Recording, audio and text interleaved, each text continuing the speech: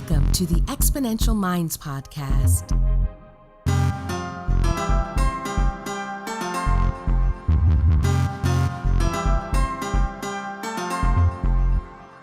The research, development, launch, and growth of new technologies is creating incredible momentum in the modern world. Join futurist Nikolas Badminton as he talks with the innovators and the exponential minds that are tackling some of the biggest problems and creating solutions that are propelling humanity to the next level.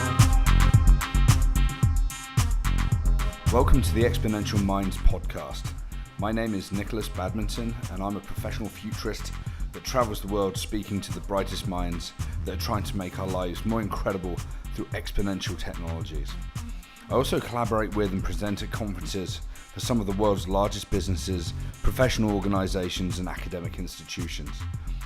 This episode of the Exponential Minds Podcast features an interview with our great friend, Amal Graafstra. He's a biohacking pioneer and CEO of DangerousThings.com, where he provides products to help the world be productive through implantable technology. He also implanted me back in 2014 at the From Now conference with an XNT chip that allows me to control through NFC and RFID technologies. It's a really great interview, and I hope you gain some amazing insights. Enjoy. Hi, Amal. Thanks for joining the podcast today. I'd like you to tell us a little bit about your history, how you got into biohacking, and what inspires you to keep pushing the envelope. Oh yeah, sure. No problem. Essentially, I kind of just fell into it. I've always been a tinkerer of technology. I like taking things apart as a kid, trying to put them back together, trying to make new things. Got into software programming and, building hardware with soldering iron, and had a little lab out in the garage as a kid. And the idea of body being somehow different from anything else in the world is, it's much more complex, obviously, and everything. But, I was happy to dive into a device, open it up, see how it worked, all that kind of thing. But it wasn't until around 2005, I had been working around doctors for many years at that point. I had many doctors as clients doing their IT and HIPAA compliance work. And be interacting with the medical community really kind of showed me, oh, okay, well, the body's not much different. It's a biological device, but it's a device, it's a system. It pretty much takes care of itself.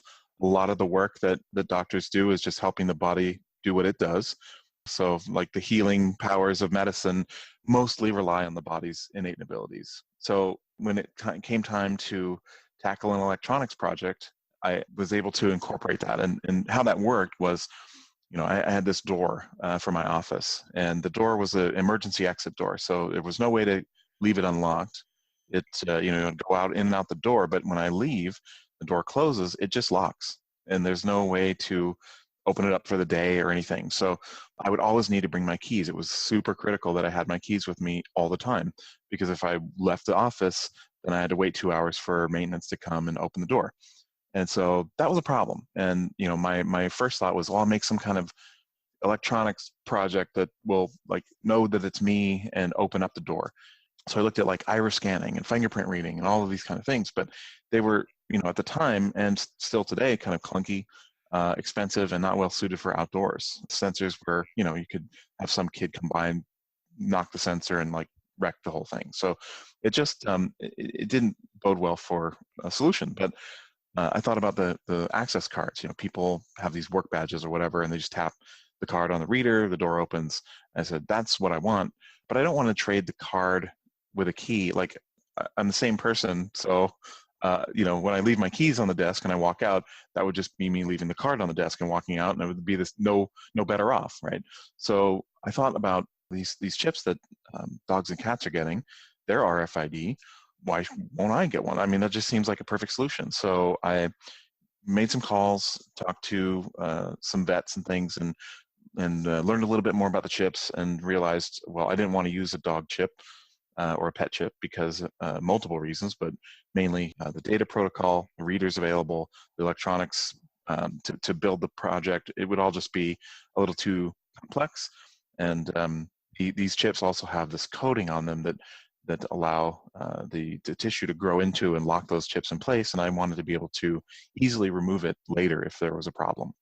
And so I kind of persisted for it another couple of days and found a company that made these chips, but they also made other chips with the right kind of chip inside and the right kind of data protocol and no coding.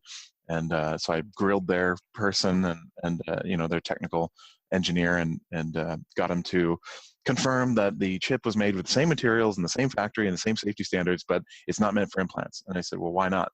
And he goes, don't put an animal. It doesn't comply with the data protocol ISO standard for animals. And I'm like, I don't care about that. So I hung up on him. And, I'd already talked to doctors that were clients of mine about it and said, hey, I want to put this in my hand.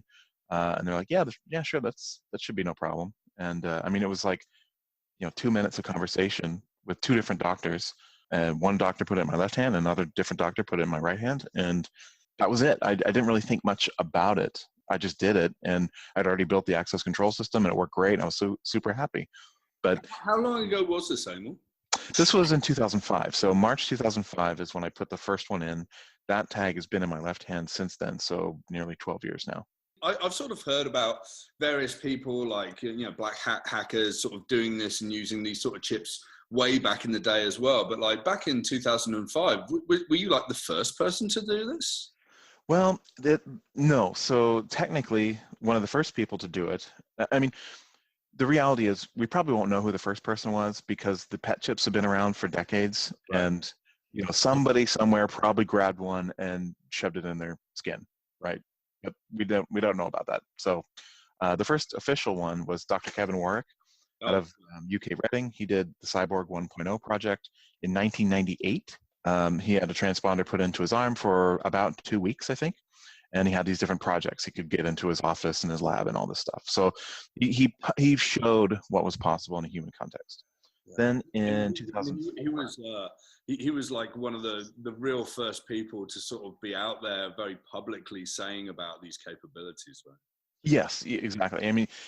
He wasn't advocating for them, but he was exploring what's possible, right? So, and that is the important aspect of probably the last 15 years of biohacking is just people exploring what's possible. And thanks to the internet, we know about it. The reality, though, is in 2004, a company called Verichip got an FDA approval to have their human implantable transponder put in for medical purposes. So there was nothing different about the technology or the chip itself or anything. It was an insecure ID only type chip. It goes in the tricep muscle. It has a paralink coating to lock it in place, meant to be a permanent implant. So when they got approval in 2004, I think probably then a lot of people started thinking about it. And that weighed into my thing. I'm like, well, pets have had it for decades. That's a ton of animal testing, in my opinion. And then Verichip got their approval. And they're not doing anything wildly different from the pet chips, so this is a no-brainer. But I think what happened was, for me, I had it done, and then I recorded a little video, sent it to my friend. He sent it to a blog. Then that blog, I think that was Boing Boing, then that blog wrote about it, and then some other people wrote about it, and then Slashdot picked it up, and so it just kind of exploded from there. The difference being the timing, internet accessibility, and the idea of news on the internet was blossoming, and people were learning about it rather easily. Right? Whereas in 1998, it would have to been something on the broadcast news network for anybody to hear about it. So we're at the stage today where you've established dangerousthings.com. Right? Yeah. And you've actually built a business around this. Can you talk a little bit about that as a business and some of the challenges in getting that running and sure. where you are today? Yeah. So, the first reaction in 2005, people were kind of horrified, I guess, or it was kind of like a freak show thing. And, got many death threats and just crazy reactions. And then it kind of subsided a bit, and I did other things. I worked on different stuff, and the maker revolution really started to get underway 2008, 2009. So many people were building things again, going in the garage, building hobbyist electronics, software projects, things like that. And there was an interest in RFID, and particularly implantable RFID.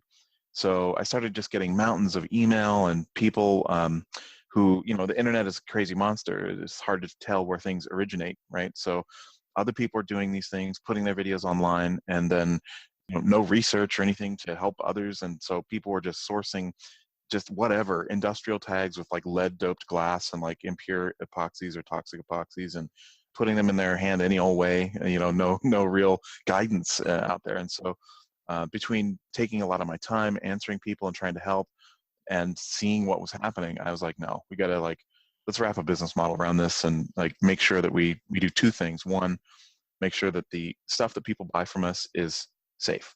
So we confirm the materials, we do our own testing, then we make sure that when people are going to put this in, that they get it done safely, or they follow the most safe procedure possible.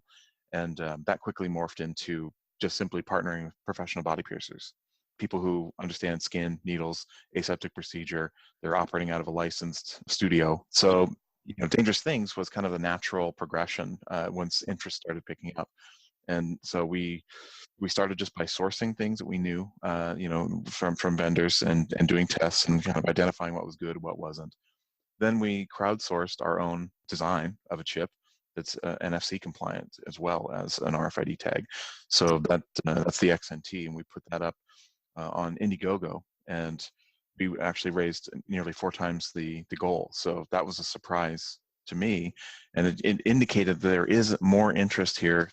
People are ready. As the difference between 2005 and now is a huge difference. I mean, people are, even random people that explain to me that they've never heard of such a thing before.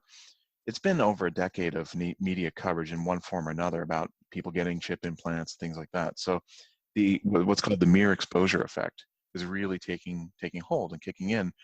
Because the responses today are much more bland and benign. They're very much like, ooh, okay, well, that's weird. Good for you.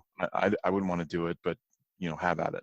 Yeah. Whereas in 2005, it was very much like, you're a freak. What's going on? This is the government and the devil, and why would you do that to yourself? And that the reactions were much more kind of visceral and violent. So I would say probably over the last decade, the most important thing that I've done is actually just kind of expose society in general to the idea of human augmentation with these things. And it's really interesting how far and wide this goes. As I actually grew up in a very small village in the southwest of England called Martock in Somerset. And I think last year there was basically a 15-year-old kid that bought one of your chips and put it in his hand himself. Yeah. And that was, that's on the doorstep in the middle of nowhere in England, right? And it's kind of interesting. There's that link between you, me, potentially the kid who lives down the road from my mum and dad, Yeah. And his name is Byron. When we talk a lot. Yeah. So you should tell him that there's this other guy in Vancouver that grew up in the village. It's so strange. But like with this sort of growth of interest, and obviously you implanted me at the From Now conference about 3 years ago, and when I first met you at Cyborg Camp, which was 4 years ago, it was like, oh, you can't do that here. And then we chatted, and it was like, oh yeah, we definitely can do that here, and we'll do it on stage. But like as we're sort of in the modern world, it's been like 12 years since you put a chip in your hand. Do you think like the medical establishment is sort of seeing this kind of technology as being useful, or ingestible or swallowable technology? There's like pill cam and all these things that to me sounds like it almost is body hacking or biohacking in a way, right? I mean, do you think we're at a stage where the medical community is looking to like the maker community for some inspiration and sort of trying to move things forward a little faster, or do you think they're still stuck in the dark ages? Well, it depends, and there's the technology aspect, and then there's the attitudes aspect and the kind of subculture aspect. So, in reality, there's a fundamental difference, I think, between what the medical community, and when I say medical community, I mean doctors. Doctors don't make devices, or very rarely make devices. So there's a whole separate issue of commercial companies trying to build things, not because of the good of humanity. I mean, let's be honest, their job is to make medical devices that have that solve problems in the medical community and make money. So those people, they are looking to the makers, and they're big companies are all over the world are having problems with innovation, right? You get so big, you get lumbering, you kind of slow down, you tend to go from a mode of wild innovators to let's milk this cow. And that's just human nature. I mean, they're struggling against it. They're trying to create these innovation teams internally, but just there's too much internal politics in these organizations, and they're just having a hard time. So I think they're just watching the maker community, but so far they're not actively engaging the maker community.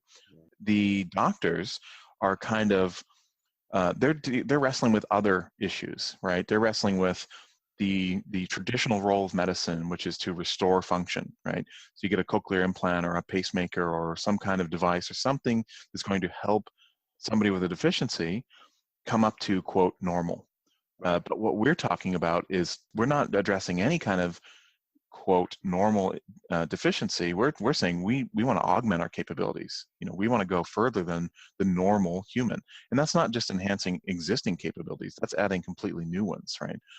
Some people are looking at like sensory expansion, being able to sense magnetic fields with the implant of a magnet or whatever. And that is one aspect of it. But when you're talking about, I want to be able to do cryptography in my body, right? I want to give my personal self the ability to communicate with machines over magnetic coupled interface. Adding these devices to the body and in such a way that they are transparent and managementless, there's a real fundamental psychological difference between doing that and simply picking up a key card or your cell phone and extending yourself through those tools that you pick up temporarily or momentarily. But they're tools. They're not part of you. And the act of putting this device in your body, within a few weeks, it really becomes part of your set of capabilities, right? As a human being, if you pick up a cell phone, you're like a god. You can see almost the entire history of humankind. It's accessible through the internet. You can reach out and communicate with your friends or thousands and thousands of people that you're acquainted with or whatever. I mean, it's extremely powerful. But at no time when you're doing that do you feel like, I have this power. I have a cell phone and I can do this. And that's the difference, the psychological fundamental difference. By expanding your own personal capabilities by putting these devices in, I like to say it's kind of like you're sitting there now, your heart is pumping, your kidneys are working hard. You're not thinking about them. They're just part of who you are and your support structure, right? They give you the ability to eat a lot of different variety of things and fight off infection and all of these great, awesome capabilities as a human being. But it's just taken for granted as a package that is you.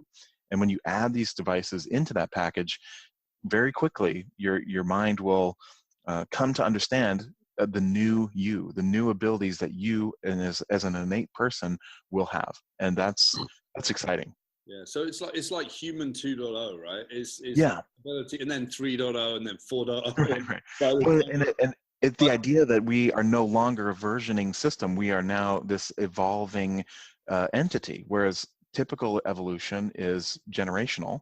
Now we can evolve our capabilities within one lifespan. And biohacking is broader than just technology, like as in implantable, chip technology and whatever. It goes even to the point of using EMDR for treating PTSD and using like the elasticity of the mind to replace sort of traumatic memory and the association, or even using psychedelics to do that as well, right? People running down to Peru and doing ayahuasca and suddenly changing their life. I met a guy who did ayahuasca for 24 days straight. Wow. He fixed his type 2 diabetes. Wow. Now, I'm pretty sure that's diet as well as ayahuasca. Well, sure, yeah. But it's a mental state that allows you to make those decisions, right, and make those changes. So, I mean, you travel around the world. You go to a lot of different conferences. I know you've headed over to Europe and the Biohacking Summit and whatever. So, can you talk about some of the people that you've met that are sort of really out there on the edges, like pushing the thinking in this area? Yeah, and I definitely get to that, but I wanted to address the elasticity aspect. I mean, this is what it comes down to. The brain elasticity is very, very interesting, and I have a personal anecdote about that, which is, I talked a little bit about the magnet implant for sensing magnetic fields and extending your capabilities in that way. Yeah. And we just take a magnet that's coated with materials biosafe, put it in a very high nerve density area, like a pinky finger, just under the pad. That's where mine was. And the idea is, you reach out, you feel fields, the fields will move and vibrate this very small magnet, which your nerves pick up that movement and communicate it to your brain. And when you first get this done, the sensation is very much like there's something moving on my finger. there's something that you look at your finger because you're like, oh, is there a bug on it or something? There's input your brain is getting, and your brain is interpreting it as there's something on the surface of my skin. I need to look at it or deal with it or itch it or whatever. But very quickly, probably within the span of 3 weeks after getting my implant and kind of experimenting and playing around, the brain elasticity kicked in. And that particular input from that particular spot on my body, my brain was treating differently. I didn't notice. It was a little subtle, right? It was over time, which is the whole point. Is elasticity works that way. It's like learning. And 3 weeks after, I was walking into the public library, and libraries around the world, they use these systems for making sure books don't walk out that aren't checked out. Yeah. And but it's old. It's old technology, and it requires a very powerful magnetic field. That's you walk through this gate, right, on your way in and out. And so I'm coming into the library. I walk through the gate, and the magnetic field vibrates that magnet in my finger, and normally a person would look at their hand because there's some weird, very strong sensation coming from that finger, and they want to look at it and get what's going on. But my reaction, not my cognitive thought, but my reaction was to stop and look around. And that right there taught me that immediately, within that very short time span, my brain had so changed the meaning of that input so completely that when I experienced this very strong impulse, my reaction was to look in the environment. What could be causing this, right? It wasn't to look at my hand. Right. And so that, I looked around, it's the gate, right? I'm walking through the gate. And I went into the library. When I got home, it really hit me that this is a fundamental change to me as a human being. I now have the ability to sense part of the environment that nobody else can sense. And it's so integrated so completely that I was reacting to it. A reaction is an unthought process. It's a survival skill, right? Reactions are all about quick survival decisions that you don't think about. And so the fact that I got this input, my brain had already said, this is not normal input. This is meaning something else about the environment. React to that, look around, what's going on. That was just like that uncorked the genie from the bottle for me to say, there is something like fundamental to humanity here that we need to explore. It's like a spidey sense, right? Yeah, exactly. Huge spidey sense. It's really interesting. I mean, and who knows to what extent this has been sort of experimented with in sort of the more clandestine circles of military intelligence or whatever, right? I mean, all sorts of things could have been tried out. But back to the question of like the people that are out there, there are people that have got magnets in their earlobes so that they can actually have constant sort of headphones in their ears. And you've got a number of other people that have really been replacing their eyes with cameras because they lost their eye and whatever. I mean, who are the people out there that you think in 2017 are sort of leading the way? Well, it was one guy, and you already mentioned him, Rich Lee, with the magnet implants in his ear. That guy is, for lack of a better word, he's on the cutting edge, right? He comes up with ideas and tests them, sometimes to his folly, but he's still unscathed at this point. But he works with ideas and things that he just wants to push that envelope. He wants to explore things. He has no major focus. Like my major focus is around human identity and security and privacy, and like working around that concept with the implants that we have, and to a degree some sensory expansion, magnets, things like that. Rich has tried all kinds of things. Like he like put himself in an ice bath with some like heating elements on his arms to see if it might be one day possible to have some sort of implant in your arm that would be able to save you from hypothermia. He put the magnets in his ears to be able to hear the sound of the magnets vibrating from a coil he wears around his neck. And it was quite funny. I took that coil. I said, hey, I got a magnet on my finger. I want to know if I can stick my finger in my ear and hear the music or whatever. And so he put the coil on my neck, and I put my finger in my ear, and I could totally hear the magnet in my finger vibrating. So I was like, that's one step away from the the phone where you put your thumb in your ear and your pinky in your mouth, and you come to the hand phone. But he's done a lot of different things, and right now he's working on something called the Lovetron, which is it's an implantable vibrator basically. He wants to be able to put this vibrating implant just on the pubic bone, just above the penis, and then the idea is that it'll make the length of his penis vibrate, and it'll be more pleasurable for everybody. But the idea that's even a thing is quite interesting. So he's definitely out there with his ideas, and he tries things out, and it's the community really respects that about him. People working in, and we're speaking specifically about the quote grinder, which I don't really like that term. I would rather say we're working in bionics, but the community that's doing kind of biohacking bionics, and implants that are being worked on right now include some like gesture control stuff, and maybe some health data collection stuff, like being able to monitor oxygen pulse, that kind of stuff in the body with an implant. And I think the idea here is that we're trying to go for constant data collection, not just the periodic, sporadic, get a device, measure your stuff. Because again, that's, I spoke about it before, but the issue is we have these things that we manage every day, our keys, our wallet, and our phone.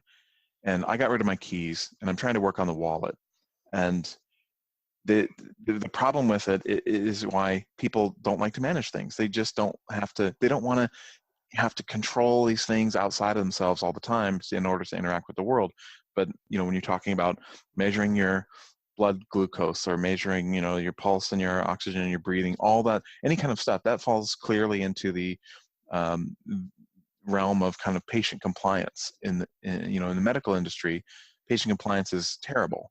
People don't take their medications. They don't wear their life-saving devices. They have a real issue with it. And so when you're looking at people that buy Fitbits, there's way more Fitbits that are bought than are actually used, right?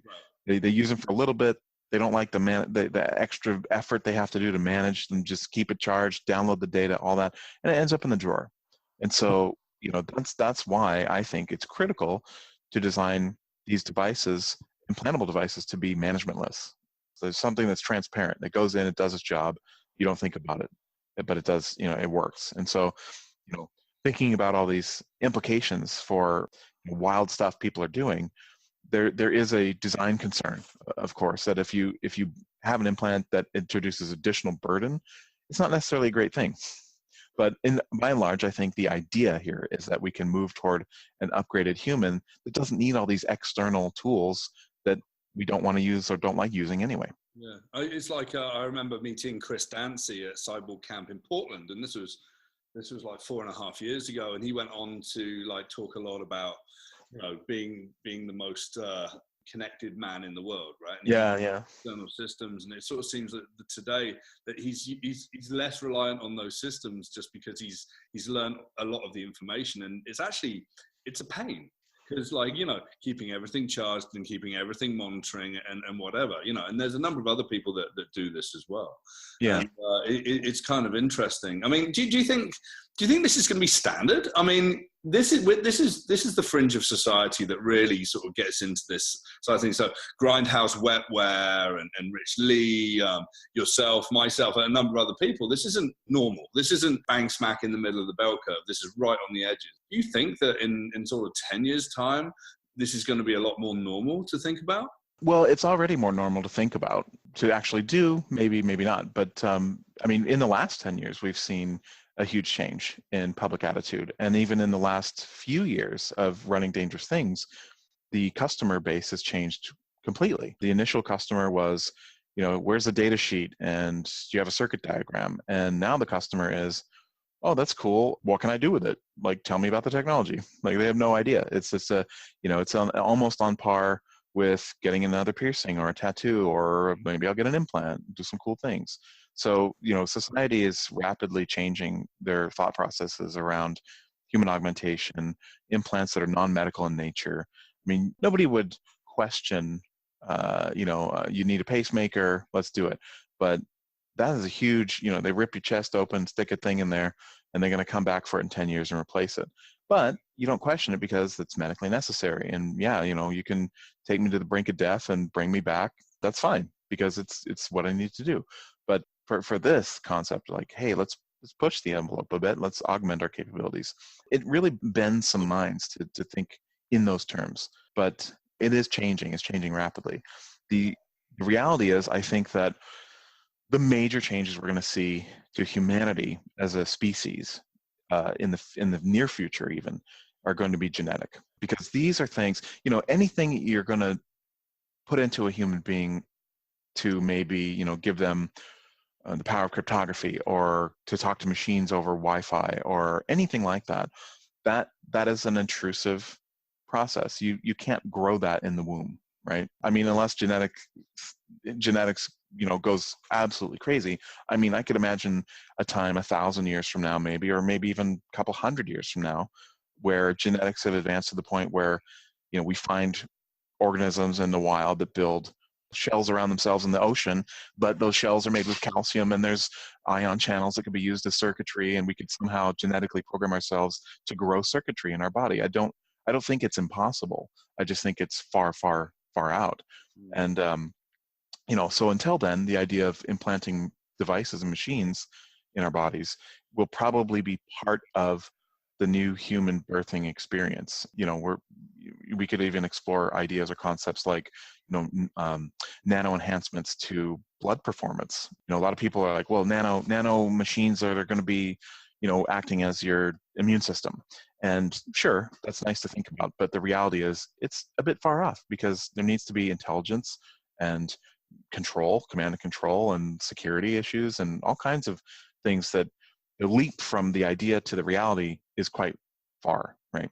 But the leap right now to saying, well, let's give a baby some genetic enhancements, not just fixing a heart defect, but enhancements that are good for the environment that the baby is in. Different. If you're talking about babies in Ethiopia where resources are scarce, those genetic enhancements will be different from babies that live in areas of the world that have a ton of calories, and we need strength will be a virtue rather than being able to conserve energy. So space travel, the idea of saying these babies are going to be made into astronauts in the future that are going to have to go to Mars or beyond, and they need to have different capabilities that are more suited for space than they are here domestically. And we could even have a future where you could change those genetics on the fly later in life. You say, I trained my whole life to be an astronaut. Now I'm going to go. I get the genetic mod injected. Now I'm ready. But, the idea of saying, just today, saying we can enhance the blood's oxygen carrying performance by putting these nanomolecules in the blood, and they'll last 5 years or whatever. That's very, very close. The molecules are already being designed and worked on for saving patients' lives, but the enhancement, the hacking aspect of being able to use those molecules to just enhance performance. I mean, obviously sports could be the first venue where these are tried, but deep dive, skin divers, people that are needing to enhance performance or go up Mount Everest without oxygen, all these kinds of human capabilities, to the idea of enhancing your body so you don't need external tools, or you can survive in the environment that you're going to be in better or longer or more effectively. I mean, we're going to start seeing these things happen very soon, I think. Yeah, I mean, it's like CRISPR-Cas9's been around for, decades, and now it's suddenly being used for like treatments and testing it in animals, and it's kind of interesting. And you're creating hybridized animals and chimeras, like pigs that have got human DNA, so that they can actually grow organs that could be potentially transplanted into humans, right? It's like fixing a lot of the problems in the world. It's like people are living longer. There's fewer people that can provide you with these organs that can replace the ones that are failing in the bodies. And, there's 3D printed tissue. There's all of these. It's an incredibly exciting world. Amal, I wanted to say thank you so much for this discussion. I think we could talk for about 10 hours on this. Yeah, probably. So I'm pretty sure that we're going to have a chat again. But I'd just like to say thank you very much, and good luck with Dangerous Things, pushing the envelope, and I look forward to seeing you soon. Sounds good. Thanks. Bye.